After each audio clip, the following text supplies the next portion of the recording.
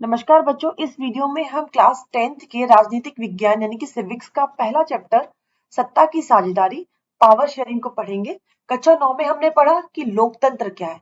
हमने जाना कि लोकतंत्र एक ऐसी शासन प्रणाली है जिसमें जनता निर्वाचन में आए हुए दल को वोट देकर के अपना प्रतिनिधि चुनती है और सत्ता यानी कि सरकार बनाती है। यानी कि लोकतंत्र एक ऐसी सरकार है, ऐसा शासन है जो जनता के द्वारा चुना जाता है और जनता के लिए आगे जाकर वो सरकार काम करती है। तो लोकतंत्र में क्या होता है, देश का प्रत्येक नागरिक वोट देता है और उसके प्रत्येक नागरिक के जो वोट है, मत है, उसकी गिनती बराबर होती है। तो अब जो सरकार चुनी गई है उसको हर नागरिक के अधिकारों को, हर एक के बात को सुनना जरूरी है, तभी लोकतंत्र ठीक से कार्य करेगा। लोकतंत्र की एक विशेषता है सत्ता की साझेदारी। हम इस चैप्टर में समझने वाले हैं कि सत्ता की साझेदारी होती क्या है। सत्ता की साझेदारी को अंग्रेजी में कहते हैं पावर शेयरिंग। पावर मतलब होती है शक्ति। शक्ति किसकी? राजनीतिक शक्ति। सत्ता मतलब यानी कि यहाँ क्या हुआ, राजनीतिक शक्ति। और शेयरिंग मतलब होता है उसको बांटना। सरकार में अगर किसी एक व्यक्ति के पास शक्ति होगी तो हो सकता है वो गलत फैसले ले या अपने मन माने ढंग से फैसले लिया किसी एक विशेष समुदाय के लिए काम करे।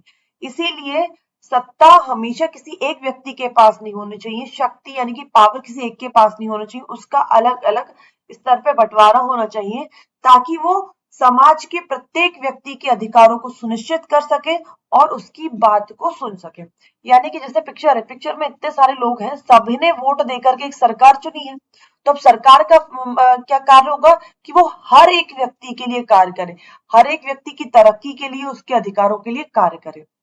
सत्ता की साझेदारी का मतलब है सामाजिक समूह और समुदाय की भागीदारी सरकार में हो और सरकार उनके लिए कार्य करे। तो सत्ता की साझेदारी लोकतंत्र का मूल तंत्र है। लोकतंत्र का मतलब है लोगों की भलाई के लिए किया जाने वाला शासन। तो इसमें सत्ता की साझेदारी से क्या होगा, प्रत्येक व्यक्ति की बात को सुना जाएगा, हर नागरिक का उसमें हिस्सा होगा, उसकी भागीदारी होगी, हर नागरिक के अधिकार उसे मिल सके। ठीक है, तो अब हम इस चैप्टर में क्या पढ़ेंगे, हम उदाहरण देखेंगे बेल्जियम का, हम उदाहरण देखेंगे श्रीलंका को, इन दोनों देशों की स्थिति को समझेंगे और देखेंगे वहां पर सत्ता की साझेदारी कैसे हुई। हम ना श्रीलंका के बहुसंख्यकवाद को समझेंगे, बेल्जियम ने क्या क्या समझदारी दिखाई और किस तरह से अपने देश की समस्या का निपटारा किया उसे देखेंगे। फिर हम समझेंगे सत्ता की साझेदारी क्यों इंपॉर्टेंट है, ये क्वेश्चन भी बनता है, सत्ता की साझेदारी करना क्यों जरूरी है और इसके क्या क्या रूप हैं। तो अभी हम शुरू करते हैं बेल्जियम की कहानी से। सबसे पहले हम समझ लेते हैं कि आखिर बेल्जियम है कहाँ, किधर का देश है। तो हमें यहाँ दिख रहा है, ये हमारा क्या है, एशिया है। ठीक है, और ये क्या है, ये यूरोप महाद्वीप है।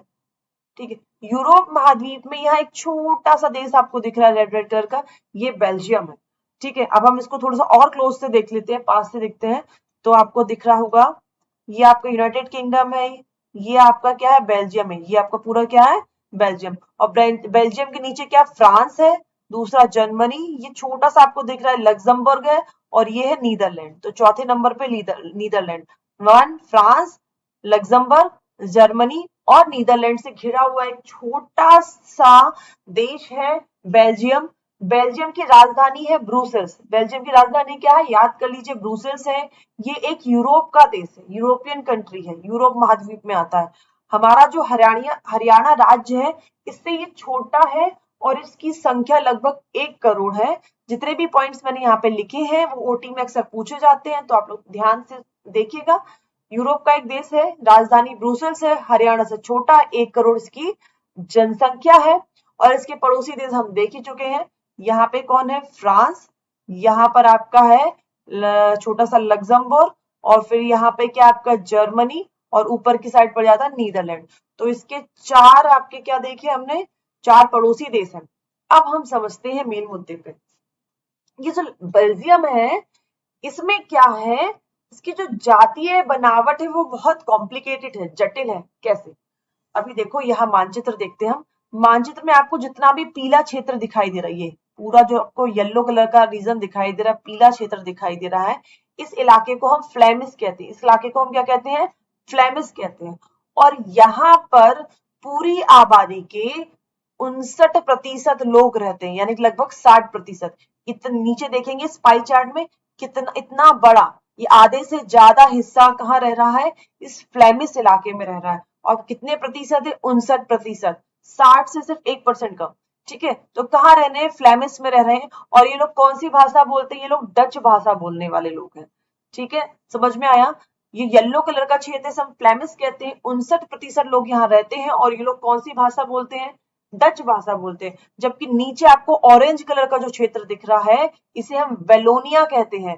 और इस क्षेत्र में 40% लोग रहते हैं, यानी कि 100 में से 40 लोग यहाँ रहते हैं। तो ये जो आपको हिस्सा दिख रहा ना, ये वाला, ये इतना परसेंट लोग कितना कहाँ रहते हैं, वेलोनिया में रहते हैं 40% लोग। और ये कौन सी भाषा बोलते हैं, फ्रेंच भाषा बोलते हैं। ठीक है, तो हमें दो इलाके दिख रहे हैं हमको बड़े बड़े, येलो कलर का फ्लेमिश 59% लोग डच भाषा, और नीचे ऑरेंज कलर का जो इलाका है इसको वेलोनिया कहते हैं। यहाँ पे 40% लोग रहते हैं पूरी आबादी के, और ये फ्रेंच भाषी लोग हैं। अब ये जो आपको लाइनिंग वाला जो क्षेत्र दिख रहा है इतना वाला, ये एक मिनट कलर चेंज कर लेते हैं। यहाँ पर जो हमको ये जो क्षेत्र दिख रहा है ये वाला, यहाँ पर 1% लोग हैं वो जर्मन भाषी हैं। ठीक है, तो हमने देखा 3 भाषी लोग मिले हमको, फ्लेमिश में डच, नीचे वेलोनिया में हमको फ्रेंच भाषी मिले, और यहाँ पर 1% लोग कौन सी भाषा बोल रहे हैं, जर्मन भाषा बोल रहे हैं। तो यहाँ की जातीय बनावट हमने देखी कितनी कॉम्प्लिकेटेड है। अभी आगे और देखते हैं। इसकी ये जो ये आपको दिख रहा है हल्का सा बादामी कलर का ये वाला जो क्षेत्र है, इसे हम कहते हैं ब्रुसेल्स। क्या कहते हैं, ब्रुसेल्स। और ये क्या है, बेल्जियम की राजधानी है। अब यहाँ पर क्या है, यहाँ पे 80% लोग फ्रेंच बोलते हैं और 20% लोग ही हैं जो सिर्फ डच भाषा बोलते हैं। ठीक है, तो हमने देखा कि जो डच बोलने वाले लोगों की संख्या ज्यादा है, जबकि फ्रेंच बोलने वालों की संख्या 40% और जर्मन वाली 8% है। लेकिन अब होता क्या है, जो डच भाषी लोग हैं उनकी तुलना में जो फ्रेंच भाषी लोग हैं, यानी कि फ्रेंच बोलने वाले जो लोग हैं, वो ज्यादा पैसे वाले हैं, ज्यादा ताकतवर हैं। तो वो काफी समय से वही राज करते आ रहे थे। ये जो हमारा बेल्जियम है, इस पे कौन राज कर रहा है, डच भाषी लोग नहीं कर रहे हैं। डच भाषी लोगों की संख्या तो ज्यादा है, पर राज कौन कर रहा है, ये 40% आपको दिख रहा नहीं, 40% फ्रेंच लोग। ये लोग ज्यादा समय से यहाँ पे राज करते आए हुए हैं, क्योंकि ये लोग पहले समय से ही पावरफुल थे और ये लोग समृद्ध थे, पढ़े लिखे थे। लेकिन बहुत बाद में जब आर्थिक विकास हुआ और सबको शिक्षा का लाभ हुआ, तो डच भाषी लोग भी पढ़ लिख गए, उनको भी समझ आया। तो उनको इस बात से बड़ी परेशानी हुई कि हमारी संख्या ज्यादा है, उसके बाद भी हमको इतना वैल्यू नहीं दिया जा रहा, हमारी सुनवाई नहीं है।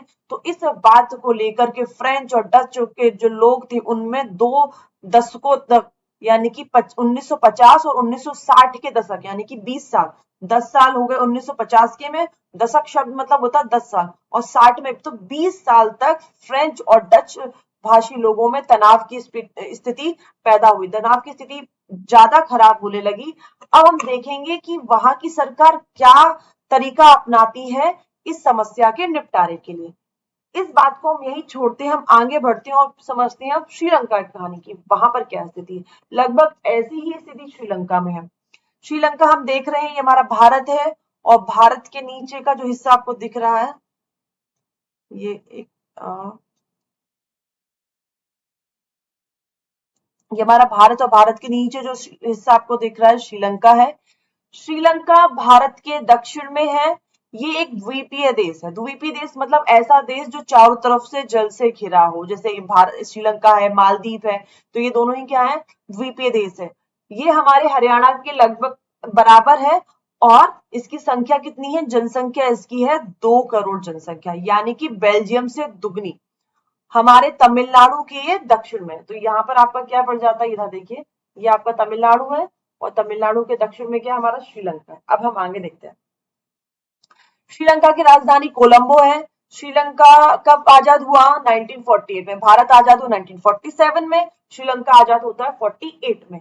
अब क्या होता है, देखो, श्रीलंका में सिंगली भाषा बोलने वाले, जैसे कि हमने देखा बेल्जियम में डच, जर्मन और फ्रेंच बोलने वाले लोग थे, इस तरह श्रीलंका में कौन है, सिंगली भाषा है, उसके बोलने वाले लोगों की आबादी कितनी है, 74%। 74% लोग क्या बोलते हैं, सिंगली भाषा बोलते हैं और वो बौद्ध धर्म को मानते हैं। ठीक है, अब हम देखते हैं वहां पर तमिल भाषी लोग भी हैं जिनकी प्रतिशत कितनी है, 18%। और ये कुछ हिंदू है कुछ मुसलमान, यानी कि जो तमिल है 18%, उसमें कुछ हिंदू भी है और कुछ मुसलमान भी है। अब तमिल के 18% में थोड़ा हम और देखते हैं, जो 18% है इसके दो हिस्से हैं, एक 13% और बचा क्या 5%। जो 13% है वो श्रीलंकन तमिल है। कौन सी तमिल है, श्रीलंका के ही तमिल है। ठीक है, तमिल भाषी लोग हैं। और जो 5% है वो भारतीय हैं। और कौन से भारतीय, जब हमारे ऊपर क्या बोलते हैं अंग्रेजों का शासन था और श्रीलंका में भी अंग्रेजों का शासन था, तो भारत से ना श्रीलंका के बागानों में काम करने के लिए मजदूर लाए गए थे। तो ये उन्हीं मजदूरों की संतान है। ठीक है, जो अब यहीं बस गए थे। तो 5% क्या है, इंडियन तमिल है और 13% क्या है, श्रीलंकन तमिल है। ठीक है, यहाँ तक कहानी समझ में आई। सिंगली भाषा वाले 74 है, बौद्ध धर्म को मानते हैं। तमिल है 18%, इसमें 13% श्रीलंकन तमिल है, 5% इंडियन तमिल है, उसमें से कुछ हिंदू और कुछ मुसलमान है। ईसाई की संख्या कितनी है, 7% है, और वो सिंगली और तमिल दोनों भाषा बोलते हैं। अब यहाँ पे हम मानचित्र को देख लेते हैं, ये हमको दिख रहा है, इसमें जो हमको ये इनको जो पीले रंग का पूरा दिख रहा है क्षेत्र, ये आपका सिंगली भाषी लोग है। 74% तो हमको बड़ा इलाका दिख रहा है। अब ये उत्तर और ये उत्तर पूर्व का जो आपको क्षेत्र दिख रहा है ऑरेंज कलर का, यहाँ पे श्रीलंकन तमिल रहते हैं। वो तमिल जो श्रीलंका के हैं शुरू से। ठीक है, और जो आपको ब्राउन यानी कि चॉकलेट कलर का दिख रहा है वो है इंडियन तमिल लोगों का क्षेत्र, यानी कि इस क्षेत्र में इंडियन तमिल लोग रहते हैं। और जो पर्पल कलर का आप दिख रहा है, आपको बैगनी कलर का दिख रहा है, यहाँ पे रहते हैं मुस्लिम जाति के लोग। तो हमने देखा कि श्रीलंका एक देश है और इसमें अलग अलग क्षेत्रों में अलग अलग भाषी लोग रह रहे हैं। अब यहाँ क्या समस्या होती है वो हम समझते हैं। तो देखो, श्रीलंका में क्या होता है, 1948 में आजाद होता है, उसके बाद क्या होता है, यहाँ पे लोकतंत्र आता है, चुनाव होते हैं, सारे लोग वोट देते हैं। और जब वोट देते हैं तो क्या होता है, ऑब्वियसली सिंगली लोग की संख्या ज्यादा है तो सिंगली लोगों की सरकार बनती है। ठीक है, जब सिंगली लोगों की सरकार बनती है तो वो क्या करते हैं, 1956 में सिंगली को राजभाषा घोषित कर देते हैं। अब आप सोचो राजभाषा घोषित करने से क्या प्रभाव, जब किसी भाषा को राजभाषा घोषित कर दी जाती है तो इस देश के सारे सरकारी काम, सारे कागजी काम उसी भाषा में होते हैं। ठीक है, अब इसके अलावा उन्होंने क्या किया, श्रीलंका में सिंगलियों को नौकरियां दे में और विश्वविद्यालयों में प्राथमिकता दे दी। मतलब ये उन्होंने कहा कि जो सिंगली भाषा बोलते हैं उनको पहले एडमिशन मिलेगा, फिर अगर जगह बचेगी तो भैया आपको तमिल भाषी लोगों को देख लेंगे। अगर नौकरियां निकल रही हैं तो नौकरियों में क्या होगा, पहले सिंगली भाषाओं वाले लोगों को जगह मिलेगी, उसके बाद आपको प्राथमिकता दी जाएगी। ठीक है, तो आप इस स्थिति को समझने की कोशिश कीजिए। आप भारत में रह रहे हैं, आप हिंदी भाषा बोलने वाले भी हैं, तमिल भाषा बोलने वाले भी हैं, और क्या बोलते हैं कन्नड़ भाषा बोलने वाले भी हैं, मराठी भाषा बोलने वाले हैं। तो मान लीजिए अगर भारत में मराठी भाषा को राजभाषा बना दिया जाता है तो अब क्या होगा, आप सभी को क्या कह दिया जाएगा कि भैया मराठी भाषा में आप लोग को आता है तो ये आपको एडमिशन मिलेगा, तो नहीं मिलेगा। तो ऐसे तो बाकी सारी भाषा वाले लोग कहाँ जाएंगे, नौकरी में जगह निकलेगी तो सिर्फ मराठी लोगों को मिलेगी, तो बाकी लोगों को क्या लगी, अब हम क्या करें, अब हमें नौकरी कैसे मिलती, देश तो हमारा भी है, राज्य पूरी जगह तो हमारी भी है, फिर हमारे संग ऐसा क्यों भेदभाव। तो यही क्या हो रहा था, तमिल लोगों को महसूस हो रहा था, उनको ना तो नौकरियां मिल रही थी, अपने ही देश में उनको क्या कर दिया गया था, बेगाना कर दिया था, अजनबी जैसा कर दिया कि हम इस देश के है ही नहीं है। और साथ ही साथ जो सिंगली सरकार थी उसने अपने धर्म को, जो उनका बौद्ध धर्म था, कहाँ है, हाँ, ये जो बौद्ध धर्म था उनका, उसको उन्होंने संरक्षण भी दे दिया कि भैया हम इनको आगे बढ़ाएंगे, प्रचार प्रसार हम करेंगे। तो तमिल भाषी लोगों को क्या लगने लगा, बेगानापन लगा। तो ये एक तरह से बहुसंख्यकवाद का उदाहरण हुआ। बहुसंख्यकवाद मतलब यहाँ पे आप पिक्चर देखो, एक व्यक्ति है तो उसको उसका पलड़ा हल्का पड़ गया, जो ज्यादा है उनका पलड़ा भारी, यानी कि जो ज्यादा लोग हैं उनकी बात सुनी जा रही है, जिनकी संख्या कम है उनकी बात नहीं सुनी जा रही। जबकि एक देश के निर्माण में उस देश का हर व्यक्ति अपनी भूमिका निभाता है। जब लोकतांत्रिक सरकार बनी, जब चुनाव हुआ तो हर किसी ने वोट दिया। 18% तमिल थे, उनने भी वोट दिया, 7% ईसाई थे, उनने भी वोट दिया। लेकिन आप कर क्या रहे हो, सिर्फ है ना सिंगली भाषी लोगों को दे रहे हो। और सिंगली भाषी लोगों का मानना क्या कहना था, उनका उनका ये कहना है कि जो श्रीलंका है वो हमारा है, और जो तमिल भाषी लोग हैं वो बाहर से आए हुए हैं। तो हम उनको नहीं देंगे। तो इस तरह से उनके साथ भेदभाव हो रहा था और इस बात से क्या हुई, जो श्रीलंकाई तमिल थे उनमें बहुत नाराजगी हुई और उनको लगा कि जो शासन है, जो सरकार हमने बनाई और जो हमने आजादी के लिए लड़ाई लड़ी, जो हमने सरकार बनाई, वो हमारे साथ क्या कर रही है, बेगानापन कर रही है। इस बात से श्रीलंकाई तमिल नाराज हुए और उन्होंने अपनी अलग पार्टी बनाई। उनकी मांगे क्या थी? उनकी मांगे ये थी कि भैया तमिल भाषा को राजभाषा बना दो, ठीक है, और क्या कर दो, हमारे क्षेत्रीय स्वायत्तता हमें हासिल कर दो, यानी कि जिस क्षेत्र में हम रहते हैं वहां हमें अपनी सरकार बना लेने दीजिए ताकि वो हमारे लिए काम कर सके। आपका क्षेत्र भी आप बना और करो, बाकी जो उत्तर पूर्वी क्षेत्र है जहां हमारी संख्या ज्यादा है, यहाँ देखो ये जो उत्तर पूर्वी क्षेत्र दिख रहा है ना आपको ऑरेंज कलर का, ये वाला क्षेत्र, यहाँ क्या करो, यहाँ हमें अपनी सरकार बना लेने दो ताकि हम अपने हिसाब से भी काम कर सके, हमारी भी नौकरियां हो, हम भी शिक्षा में जा सके। तो ये उनकी मांग थी, राजभाषा बनाना तमिल को, क्षेत्रीय स्वायत्तता देना और क्षेत्रीय स्वायत्तता देना, और शिक्षा और रोजगार में क्या हो, हमें भी बराबर अवसर मिले।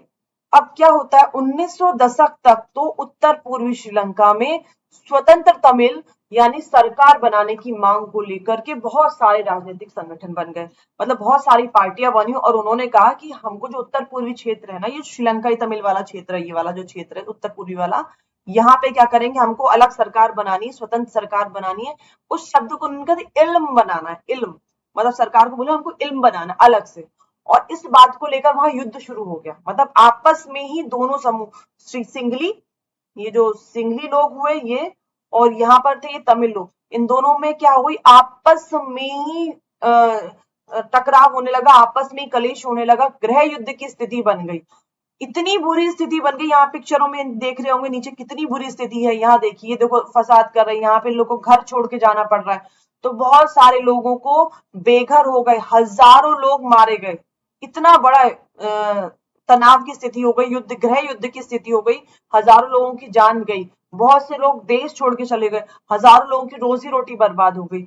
और बाद में जाकर के ये 2009 में जाकर के ये गृह युद्ध समाप्त हुआ। तो अभी हमने देखे बेल्जियम का उदाहरण देखा, बेल्जियम में वही स्थिति थी, वही श्रीलंका में थी। श्रीलंका में क्या किया गया, बहुसंख्यकवाद के हिसाब से सिंगली लोगों ने तमिल लोगों को अनदेखा कर दिया, उनकी उनकी वैल्यू ही नहीं करी, उनकी बात ही नहीं सुनी उनने, और ना ही उनको अपने देश का नागरिक माना। तो इससे क्या हुआ, टकराव की स्थिति पैदा हुई और इतनी हिंसक हो गई कि हजारों लोगों की जान जब गई और बहुत से लोगों को अपना ही देश छोड़ करके वरना एक अजनबी की तरह दूसरे देश में जाना पड़ा। अब हम देखेंगे श्रीलंका में ये स्थिति थी, अब बेल्जियम ने क्या किया और वहां क्या स्थिति बनी, तो वो भी समझते हैं।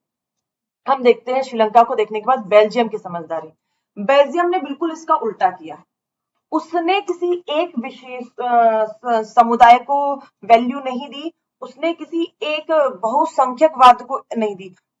बेल्जियम की सरकार ने अपने हर एक नागरिक, हर एक समुदाय को क्या मिल सके, वैल्यू मिल सके, उसके लिए उसने बहुत विचार किए। और 1970 से 93 के बीच में, यहां देखिए 1970 से 93 के बीच में अपने संविधान में 4 बार संशोधन किए, 4 बार परिवर्तन किए, ताकि क्या हो, हर एक नागरिक को, हर एक समुदाय को बेगानापन ना लगे, उसको लगे कि ये देश मेरा है और हमारे लिए भी काम कर रहा है। अभी उन्होंने क्या क्या फैसले लिए हम देखते हैं। पहला, उन्होंने केंद्रीय सरकार बनाई जो पूरे बेल्जियम के लिए काम करेगी, पूरे देश के लिए। जैसे हम भारत का उदाहरण ले सकते हैं, हमारे भारत में प्रधानमंत्री हैं, राष्ट्रपति हैं, वो क्या करते हैं, पूरे देश के लिए कार्य करते हैं, पूरे देश पे देखते हैं। इसी तरह उन्होंने केंद्रीय सरकार बनाई जो कि देश स्तर पे काम करेगी। फिर उन्होंने दूसरी सरकार बनाई क्या, क्षेत्रीय स्तर पे। जैसे हमारे राज्यों में यूपी के लिए मुख्यमंत्री अलग है, एमपी के लिए मुख्यमंत्री अलग है, इसी तरह से इन्होंने भी अपने जो क्षेत्र है, ये ऊपर वाला आपका क्या है, फ्लेमिश है, फ्लेमिश के लिए अलग सरकार बनाई, इन्होंने वेलोनिया के लिए अलग सरकार बनाई। तो राज्य स्तर पर उन्होंने क्षेत्रीय सरकार बनाई। फिर तीसरी सरकार जो सामुदायिक सरकार है, ये बहुत इंपॉर्टेंट है, इसको हम समझेंगे। और इसी कारण से जो बेल्जियम की समझदारी है, जो बेल्जियम में जो मॉडल बनाया, वो दुनिया भर में फेमस हुआ। वो क्या है, तो देखो अभी हम यहाँ देखते हैं, हमने देखा कि जो फ्लेमिश इलाका है उसमें 59% डच हैंगे, वेलोनिया में 40% लोग हैं। तो क्या किया इन्होंने, सामुदायिक सरकार, यानी कि डच भाषी लोग होंगे, सारे डच भाषी लोग मिलकर के वोट देंगे और वो अपना एक प्रतिनिधि, अपनी एक सरकार को चुनेंगे। ठीक है, इसी तरह फ्रेंच भाषी लोग होंगे, सारे फ्रेंच भाषी लोग वोट देंगे और वो अपने में से एक सरकार चुनेंगे। इसी तरह जर्मन वाले अपने में से एक सरकार चुनेंगे। अभी देखो यहाँ हमने देखा ये येलो क्षेत्र है, यहाँ पे सारे क्या है, डच भाषी लोग। ठीक है, लेकिन इसका मतलब ये थोड़ी कि यहाँ पे बहुत से लोग यहाँ पे भी रह रहे होंगे, यहाँ पे भी रह रहे होंगे, यहाँ पे, यहाँ एक मिनट, पेन कलर, कुछ लोग क्या है यहाँ पे भी रह रहे होंगे, यहाँ पे भी रह रहे होंगे, कुछ लोग काम करने यहाँ पे भी रह, तो आप कहीं पे भी रह रहे हो, जब डच भाषी लोगों की सरकार बनेगी तो कहीं पे भी आप रह रहे हो बेल्जियम में, आपको आना होगा, वोट देना होगा और डच भाषी में से हम क्या चुनेंगे, डच सरकार चुनेंगे। इसी तरह जब ना फ्रेंच भाषी लोगों के लिए चुनाव होगा, तो जहां पे भी फ्रेंच भाषी लोग रह रहे होंगे बेल्जियम में, वो सब आएंगे और वोट देकर के अपनी सामुदायिक सरकार बनाएंगे। तो सामुदायिक सरकार क्या होगी, अलग अलग होगी, अलग अलग भाषा वाले अलग अलग समुदाय के लिए अलग अलग सरकार। ठीक है, अब वो ये हो गई। चौथी क्या होगी, ब्रूसेल्स के लिए विशेष सरकार। ब्रूसेल्स आपको यहाँ दिख रहा है, यहाँ पे हमने देखा कि 80% क्या है, फ्रेंच थे और 20%, तो इनके लिए अलग सरकार। तो 4 तरीके की सरकार, ये बहुत कॉम्प्लिकेटेड है, उनके लिए भी कॉम्प्लिकेटेड है, लेकिन ये बहुत सफल हुआ और इससे तनाव की जो स्थिति थी उस पर कंट्रोल किया जा सका। तो अभी अपन देख रहे हैं कि 4 तरह की सरकार है। केंद्रीय सरकार क्या रहेगी, देश स्तर पे काम करेगी। क्षेत्रीय सरकार होगी, जो अपने अपने क्षेत्र पे के लिए काम करे। सामुदायिक सरकार आपकी एक जो विशेष समुदाय है, विशेष भाषा का समुदाय है उसके लिए। और जो ब्रूसेल्स है वो क्या कर, उसके लिए अलग सरकार। हम देखते हैं थोड़ा और इनके बारे में जानेंगे, इस मॉडल के बारे में क्या था। जो केंद्रीय सरकार हमने देखी, जो पूरे देश स्तर पे काम करेगी, उसमें डच और फ्रेंच भाषी मंत्रियों की संख्या बराबर होगी। मानते हैं कि मतलब केंद्र में हमारे 100 मंत्री हैं, तो 100 में से 50 होंगे आपके फ्रेंच भाषी और 50 होंगे डच भाषी। ठीक है, अभी यहाँ देखो केंद्र क्षेत्रीय सरकार में क्या किया गया, जो 2 इलाके हैं उनके लिए अलग अलग सरकार, यानी कि फ्लेमिश के लिए अलग सरकार बनेगी, वो फ्लेमिश एरिया के लिए काम करेगा। वेलोनिया के लिए अलग सरकार बनेगी, क्षेत्रीय सरकार, वो वेलोनिया के लिए काम करेगी। ठीक है, अब इनके लिए जैसे भारत में होता है ना कि हम लोग सब्जेक्ट बांट देते हैं, विषय बांट देते हैं, केंद्र सरकार इन विषयों पे काम करेगी, क्षेत्रीय सरकार उन विषयों पे काम करेगी। तो इसी तरह यहाँ पे भी बांट दिया, क्षेत्रीय सरकार का आप स्कूल बनाइए, आप सड़कें बनाइए, आप है ना क्या बोलते हैं दवाइयों के लिए, इलाज के लिए मेडिकल स्टोर वगैरह, जो भी सारी चीजें हॉस्पिटल वगैरह खोलने या आपको क्या क्या काम करने, आप फ्री हैं, आप कर सकते हैं। तो क्षेत्रीय सरकार। तीसरी थी सामुदायिक सरकार, ये क्या था, विशेष भाषा के लिए बनाई हुई सरकार थी।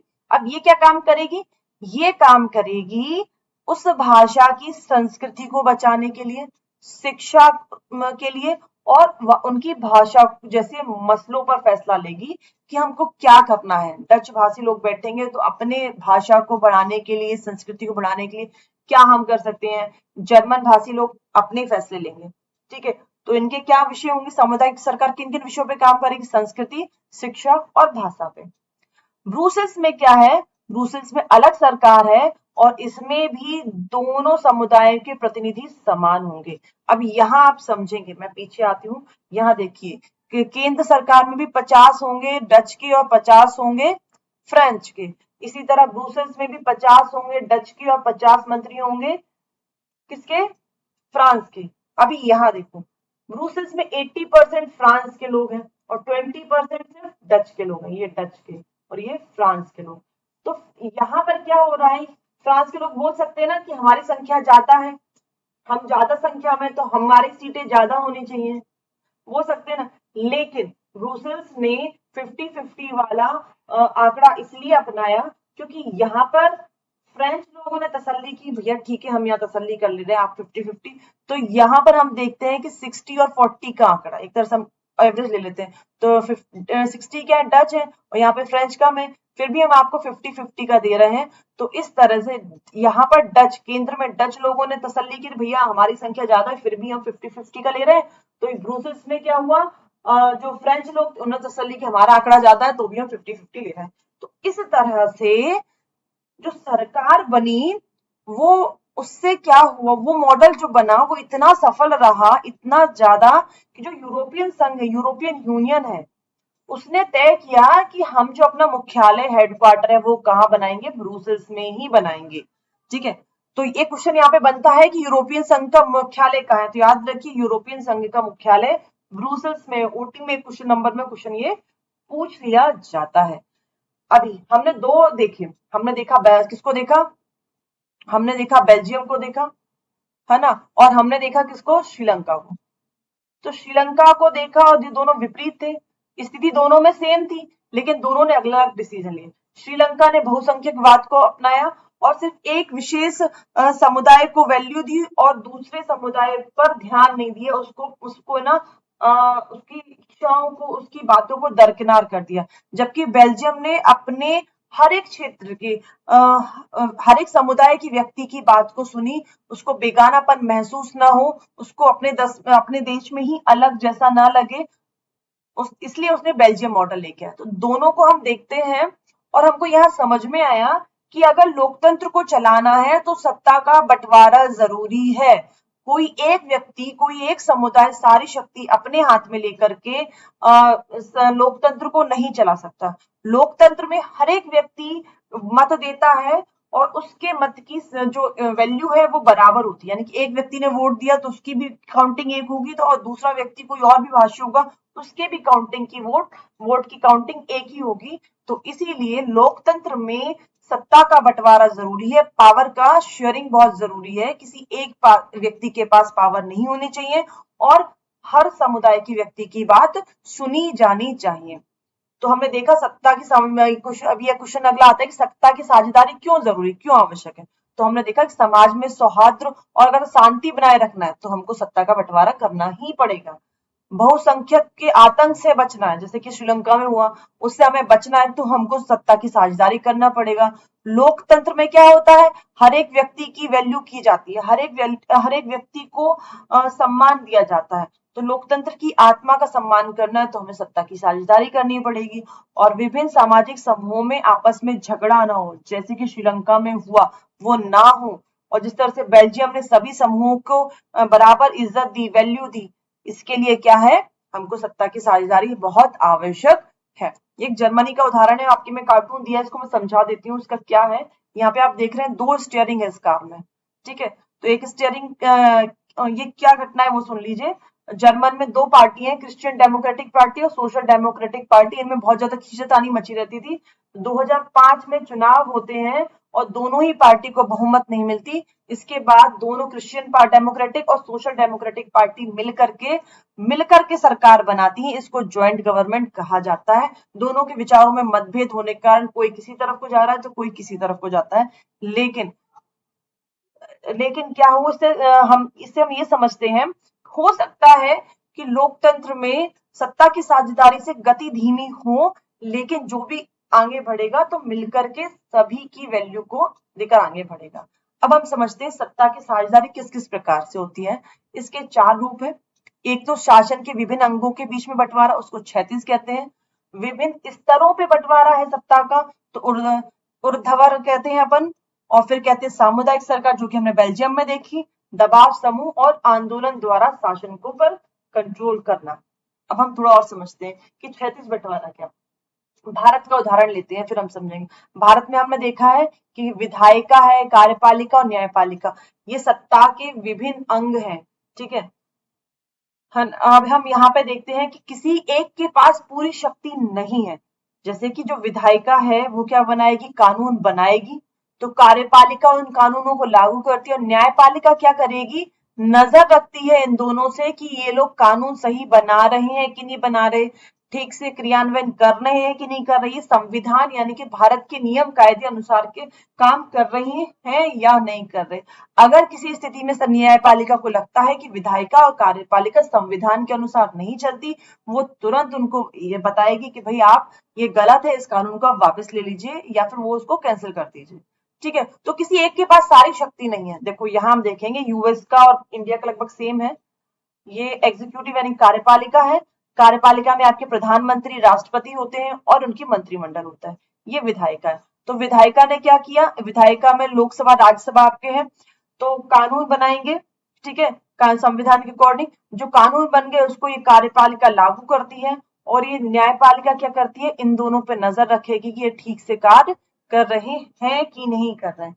अभी देखिए तीनों एक दूसरे पे कैसे निर्भर है। देखो, सत्ता को उपयोग करने का अधिकार कार्यपालिका के पास है, कार्यपालिका संसद के अधीन है, और संसद को में जो भी लोग हैं उनको वोट कौन देता है? जनता वोट देती है, तो उनको जनता को जवाब देना है। न्यायपालिका स्वतंत्र है और इन दोनों पर क्या रखती है? नजर रखती है कि वो सही नियम से काम कर रहे हैं कि नहीं कर रहे। तो इस तरह का कार्यपालिका, न्यायपालिका और व्यवस्थापिका वाला जो ये है, इसको हम कहते हैं क्षैतिज बंटवारा, यानी कि सरकार के विभिन्न अंग के बीच में सत्ता का बंटवारा, विभिन्न अंग के बीच में सत्ता का बंटवारा। अब हम समझते हैं ऊर्ध्वाधर वितरण, यानी कि स्तर पे, मतलब ऊपर से नीचे, ये ऊपर से नीचे वाला है ना, ये आपका क्या हो गया? केंद्र सरकार, ठीक है, ये हो गई राज्य सरकार, और ये हो गई आपकी लोकल गवर्नमेंट, यानी कि यहाँ पे आपकी नगर पंचायत, और जो आपकी पंचायत और आपकी आ जाती है, ठीक है। तो एक देश को चलाने के लिए हमें क्या करना पड़ता है? सत्ता का विकेंद्रीकरण। विकेंद्रीकरण मतलब एक जगह ना रह करके हम 3 लेवल पे सत्ता को बांटते हैं, ठीक है। हमारे 2 मुख्य स्तर हैं, केंद्र सरकार और राज्य सरकार, ठीक है। और ये केंद्र सरकार पूरे देश को देखिए, राज्य सरकार क्या करेगी? राज्य का शासन करती है। इनके कुछ विषय अलग अलग कर दिए जिनपे वो काम करते हैं। तो ये देखो, केंद्र सरकार है, केंद्र सरकार में आपके कौन कौन आएंगे? प्रधानमंत्री आएंगे, राष्ट्रपति आएंगे, उनकी मंत्रिमंडल। राज्य सरकार में क्या करेगी? किसी एक राज्य के लिए काम करेगी, यूपी के लिए काम कर रही, तो यूपी की राज्य सरकार अलग, एमपी के लिए राज्य सरकार अलग, उसमें आपके मुख्यमंत्री या आपके गवर्नर आ जाते हैं, यानी कि राज्यपाल आ जाते हैं। और लोकल जो गवर्नमेंट है, सेल्फ लोकल गवर्नमेंट, उसमें आपके सरपंच है और आपके मेयर हैं, ठीक है। तो ये इस तरह का वितरण हमारा क्या कहलाता है? ऊर्ध्वाधर, यानी कि स्तर पे, विभिन्न स्तर पर सत्ता का बंटवारा। जैसे कि स्कूल है, तो स्कूल पे कौन काम करेगा? केंद्र सरकार भी काम करेगी, राज्य सरकार भी काम करेगी, ठीक है। अभी सिक्योरिटी की बात है, आर्मी की बात है, या विदेशी मुद्दे हैं, तो उसपे सिर्फ केंद्र सरकार काम करेगी। तो इन जो विषय है उनको बांट रखा है, भैया आप इन पे आपको काम करना है राज्य स्तर पे, और जो केंद्र स्तर के जो मुद्दे हैं हम इन पे काम करेंगे। तो इस तरह का जो बंटवारा कहलाता है वो कहलाता है विभिन्न स्तरों पर सत्ता का बंटवारा। थर्ड देखेंगे सामुदायिक सरकार, जो कि हमने बेल्जियम में देखी। भारत में भी ये देखने को मिलती है। भारत में कैसे मिलती है? तो देखो, अल्पसंख्यक समुदाय है भारत में, पिछड़ी जातियों के समुदाय है, अनुसूचित जाति है, क्या बोलते हैं, अनुसूचित जनजाति है। तो सरकार क्या करती है? उनको लगता है कि भैया ये एक सेक्शन है जो पिछड़ रहा है, ठीक है। और ये जो मान लीजिए जनरल कोटा वाले हैं, यहाँ पे आप आरक्षण देखते हैं अपन, तो जनरल कोटे वाले को शुरू से ही क्या मिली? अच्छी शिक्षा मिली है, और वो आगे तरक्की की है, वो समृद्ध रहे, तो वो आगे बढ़ रहे हैं। जबकि मान लीजिए एससी या एसटी है, ये पिछड़े रहे हैं, तो सरकार इनके लिए क्या कर देती है? अब ये आरक्षण कर देती है, सीट बुक कर देती है कि आप भी आगे बढ़े, और आप भी क्या इस समुदाय के, इस देश का हिस्सा है, तो आपको भी आगे तरक्की मिले। नेक्स्ट है, आखिरी है दबाव समूह। दबाव समूह डायरेक्ट असर नहीं डालते, भाई सरकार से कहेंगे आप जा करके हट जाओ और हम आके काम करेंगे।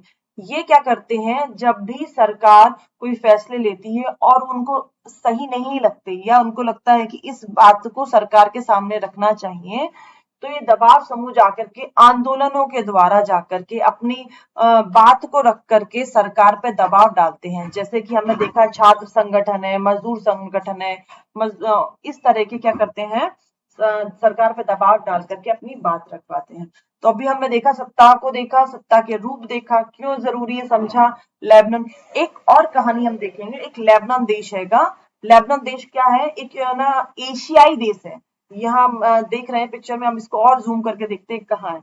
ये लेबनान देश दिख रहा है आपको,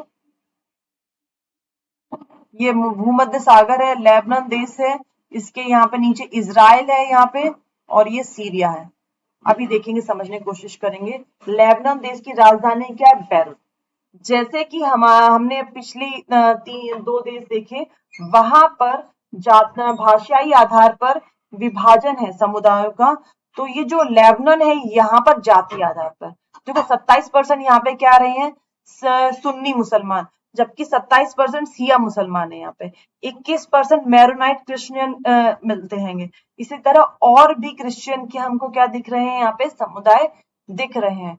तो यहाँ पे काफी लंबे समय से सत्ता के लिए जंग छिड़ी, युद्ध हुए। तो बाद में जाकर के जो नेता थे, उन्होंने तय किया कि हम क्या करते हैं, जो सत्ता है उसमें पद निश्चित कर देते हैं कि इस पद के लिए यही व्यक्ति जाएगा। तो इस प्रकार से लेबनान का जो देश है वहां पर क्या किया, वहां पे सिर्फ मैरोनाइट पंथ का कोई कैथोलिक ही होगा, यानी कि जो कैथोलिक क्या बोलते हैं, कैथोलिक धर्म का व्यक्ति होगा, वो भी मैरोनाइट पंथ का, वही अकेला राष्ट्रपति बन सकता है। अगर कोई सुन्नी मुसलमान है वहां पर या सिया मुसलमान है, वो अगर या कोई और क्या बोलते ईसाई है, तो वो अगर राष्ट्रपति बनना चाहे तो नहीं बन सकता। सिर्फ मैरोनाइट पंथ का कोई कैथोलिक ही लेबनान देश का राष्ट्रपति बनेगा। प्रधानमंत्री पद के लिए सुन्नी मुसलमान बनता है, उप प्रधानमंत्री के लिए कोई ऑर्थोडॉक्स ईसाई होगा, और संसद का जो अध्यक्ष बनना है उसके लिए सिर्फ सिया मुसलमान ही बन सकता है। तो मेरा आप सबके लिए सवाल है कि क्या ये सही है जाति के आधार पर पद निश्चित कर देना, क्या ये सही है? ये सवाल है आपके लिए। आई होप आपको चैप्टर समझ में आया होगा। कमेंट कीजिएगा। Thank you very much.